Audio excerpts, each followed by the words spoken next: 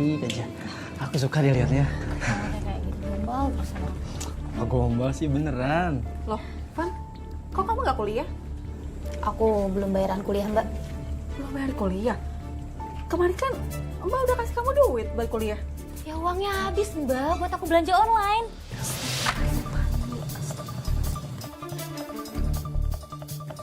Kamu tahu nggak? Uang bayaran kamu kuliah itu tuh tabungan aku dari lama, Fani. Terus kamu pakai buat belanja gitu aja. Fani, kamu nggak pernah mikir ya? Gimana perjuangan yang Mbak nabung untuk kuliah kamu? Biar kamu tuh punya masa depan gitu loh. Sekarang malah kayak gini kelakuan kamu. Mbak, udah deh. Aku tuh udah capek tau gak diceramahin terus. Mbak tuh ya, cuma perempuan tua yang gak laku-laku. Hidup aku tuh hancur tau gak? Gara-gara Mbak masih tinggal di rumah ini.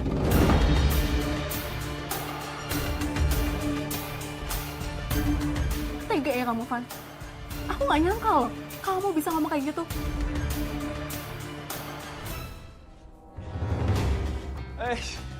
Calon mantu.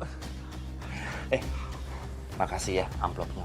Kamu tahu aja sih, kalau Om suka duit, lumayan buat ngadu ayam. Sama-sama, Om. Om doain supaya kamu sama Fani langgeng ya. Om setuju kalau kamu menikah sama Fani. Nggak, Saras nggak akan pernah setuju kalau Fani nikah sama cowok modelnya kayak gini. Lah, pacar Fani kurang apa? Dia baik, suka kasih bapak duit. Fani juga perhatian sama bapak. Nah kamu, mana nggak laku-laku? Pacar kamu mana?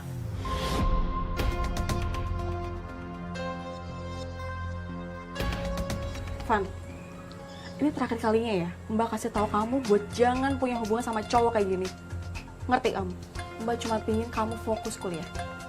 Masalah nanti tambahan dari mana, biar itu jadi urusan Mbak. Mbak itu gak usah ngatur hidup aku. Aku ini lebih tahu cowok aku dibanding Mbak. Ya secara kan Mbak pacar aja gak pernah kan. Jadi ya udah Mbak gak usah sok tahu. Saat itu saya benar-benar khawatir Mbak Nadia dengan gaya pacarannya adik saya. Tapi ya begitulah, dia memang kepala batu Mbak. Jadi setelah itu bagaimana Mbak? Apa yang dilakukan? Ternyata firasat saya benar Mbak. Fani tidak pulang.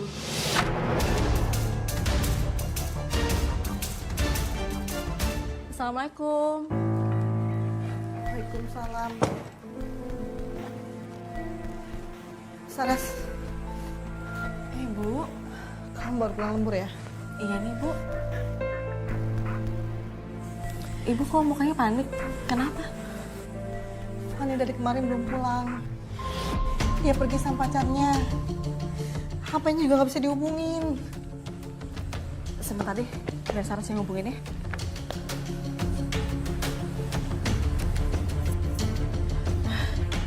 Gimana Saras? HP-nya nggak aktif, Bu. Gimana ya, Bu? Kalau nggak, Saras nyari Fani dulu deh, Bu. Udah jam segini soalnya. Bentar ya, Bu.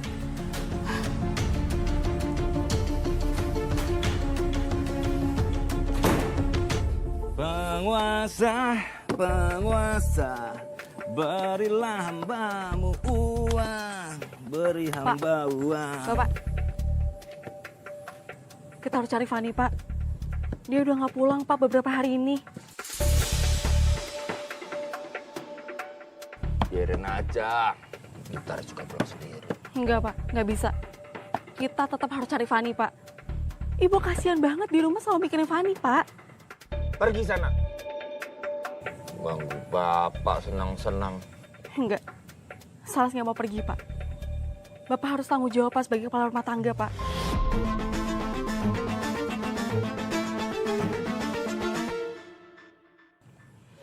Hei, bapak belum pergi. Enggak. Pergi. Melihat kelakuan bapak saya yang seperti itu, tidak bertanggung jawab terhadap keluarga. Bagaimana saya mau menikah, Mbak Nadia? Saya nggak mau. Nah adik kamu sendiri Mbak bagaimana? Apakah akhirnya dia pulang? Sempat ketemu dengan Fani?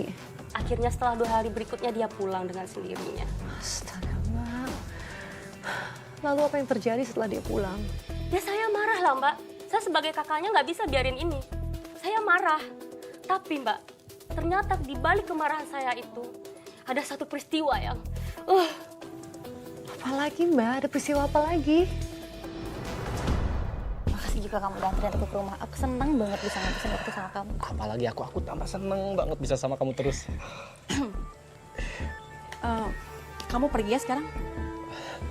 Tapi Mbak, Kamu mau pergi atau saya akan laporkan kamu ke polisi karena kamu sudah menculik adik saya? ya udah sayang, aku pergi dulu ya. Hati-hati ya.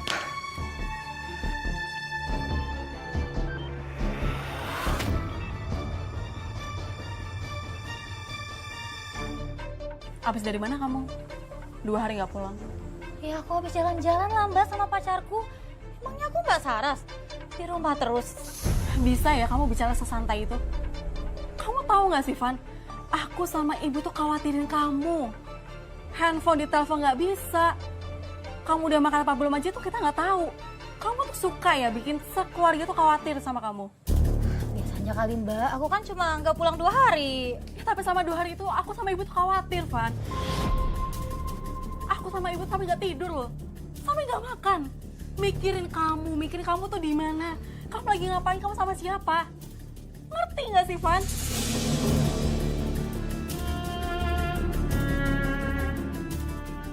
Kalau sampai kamu dicelakain sama cowok model kayak gitu, kamu mau gimana? Udah Saras, Fani, jangan bertengkar terus. Nggak bisa, Bu.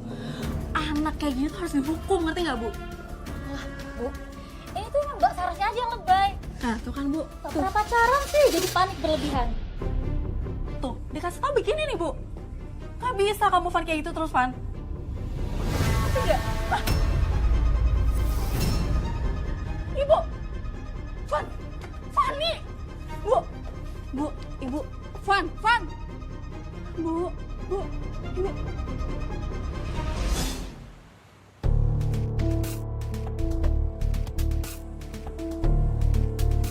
Bu! Ibu! Ibu dengar Saras? Bu! Kita di mana, Saras? Kita ada di rumah sakit, Bu. Tadi ibu pingsan. Kata dokter, asam lambung ibu tuh naik. Ibu banyak pikiran ya. Ibu mau ngapain, Bu? Udah istirahat dulu aja. Rumah. Bapak kamu udah makan atau belum? Fani juga. Ibu udah ya istirahat ya. Sekarang ibu mikirin diri ibu sendiri dulu ya. Bisa nggak? Mereka belum makan, Saras. Gak ada yang ngurusin mereka.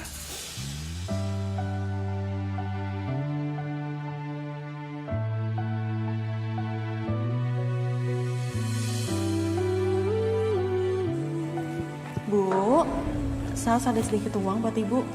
Disimpan ya. Jangan sampai ketawa sama bapak. Duit nih. Pak, Bapak itu duitnya ibu. Saras, kamu itu jangan pilih kasih ya. Dikit-dikit ibu, dikit-dikit ibu. Hah? Duit ini gak ada artinya bila dibanding kamu numpang gratis di rumah ini.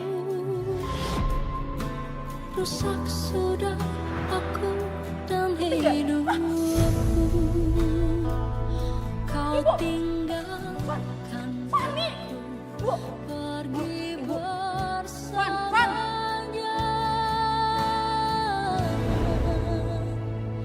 Aku Bu, Saras tuh udah kasih info ke mereka tentang kondisi ibu. Tapi mereka nggak ada jawaban apa-apa. Tapi mereka keluarga kita, Saras. Iya justru itu, Bu. Kalau emang keluarga itu ya mereka datang lah ke sini. Ini enggak loh, Bu. Saras, kamu pulanglah sebentar ya. Jagain rumah. Juga Fani. Jangan sampai dia kabur lagi. Baik, Bu. Tapi ini karena ibu yang minta ya. bukan keinginan Saras.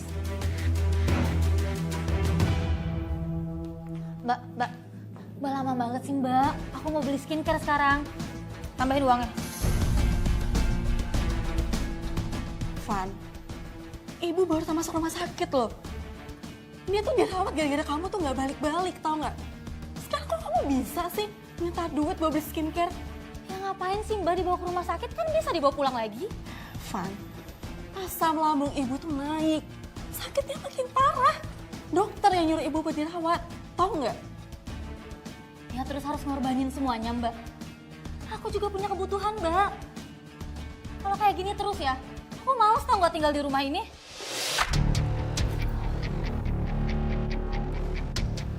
Ya kalau kamu mau pergi, pergi aja sekalian. Tapi tolong pastiin ya, sekali kamu pergi dari rumah ini, jangan pernah balik lagi. Emang siapa juga Mbak yang mau balik lagi? Aku tuh udah males tau nggak Mbak? Tinggal satu rumah sama orang sok suci kayak Mbak.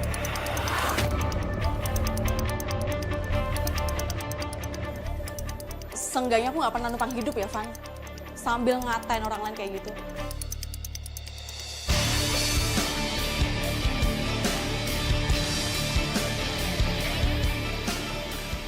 Pak, Ibu masuk rumah sakit sendirian. Ngapain juga dibawa ke rumah sakit? Emangnya kita banyak duit? Udah tua juga, tinggal di waktu. Pak, Kalau kamu pinter, mikir sebelum buang duit. Kita semua kerja banting tulang. Gak usah deh, sok paling sayang. Tuh Mbak dengerin. Makanya jangan suka ngambil keputusan sendiri. Jadi bikin repot satu rumah kan? aku tuh gak pernah ya minta sepeser pun bantuan dari kalian. Aku tuh cuma pengen tahu, kalian tuh masih ada hati nggak di rumah ini untuk ibu?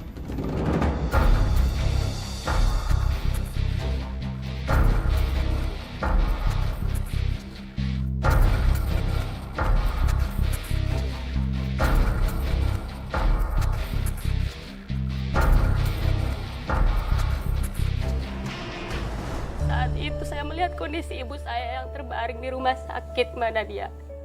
Lemas. Tidak ada satupun dari keluarga saya yang peduli kepada ibu saya, cuman saya, Mbak. Bapak bilang itu buang-buang duit. Astagfirullah.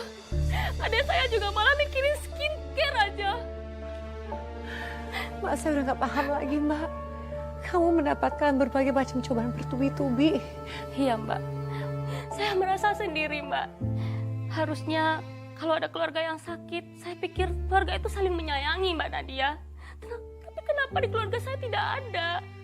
Saat keluarga kamu sendiri udah gak peduli, apakah Mbak Saras ingin menyerah atau terus berjuang? Jujur, Mbak Nadia, saya sempat berpikir untuk menyerah. Tapi saya sadar kalau saya menyerah, Mbak Nadia, siapa lagi yang harus jagain ibu kalau bukan saya? Kamu anak yang sangat berbakti, Mbak Saras. Lalu Mbak, akhirnya kamu memutuskan untuk berjuang sendirian, Mbak. Apa yang terjadi setelah itu? Saya pikir saya sudah di titik terendah, Mbak Nadia. Saya yang semulanya hanya memikirkan kenapa ibu saya sakit. Ternyata ada sakit yang lebih parah lagi yang harus saya terima setelah ini, Mbak Nadia. Kalau kamu kuat, Mbak, boleh kamu ceritakan pada kami. Bu, alhamdulillah Saras sudah dapat kontrakan kecil. Kontrakannya tenang, lingkungannya enak. Jadi ibu nggak perlu tuh balik-balik ke rumah itu lagi. Pindah. Terus rumah? Ya dari aku kecil, Saras kan selalu melihat tuh kalau ibu tuh disiksa terus sama bapak. Lihat aja, Bu. Udah 2 hari loh ibu di sini tuh. Mereka mana? Gak ada satupun yang datang. Kasih kabar juga enggak. Peduli sama ibu juga enggak kan? Fani tetap anak ibu. Bapak kamu juga tetap suami ibu. Gak mudah buat ibu ninggalin mereka. Iya tapi kan mereka udah ninggalin kita, Bu. Mereka tuh gak mikirin ibu. Ibu tahu. Tapi nggak mudah buat ibu. Hati ibu juga nggak bisa.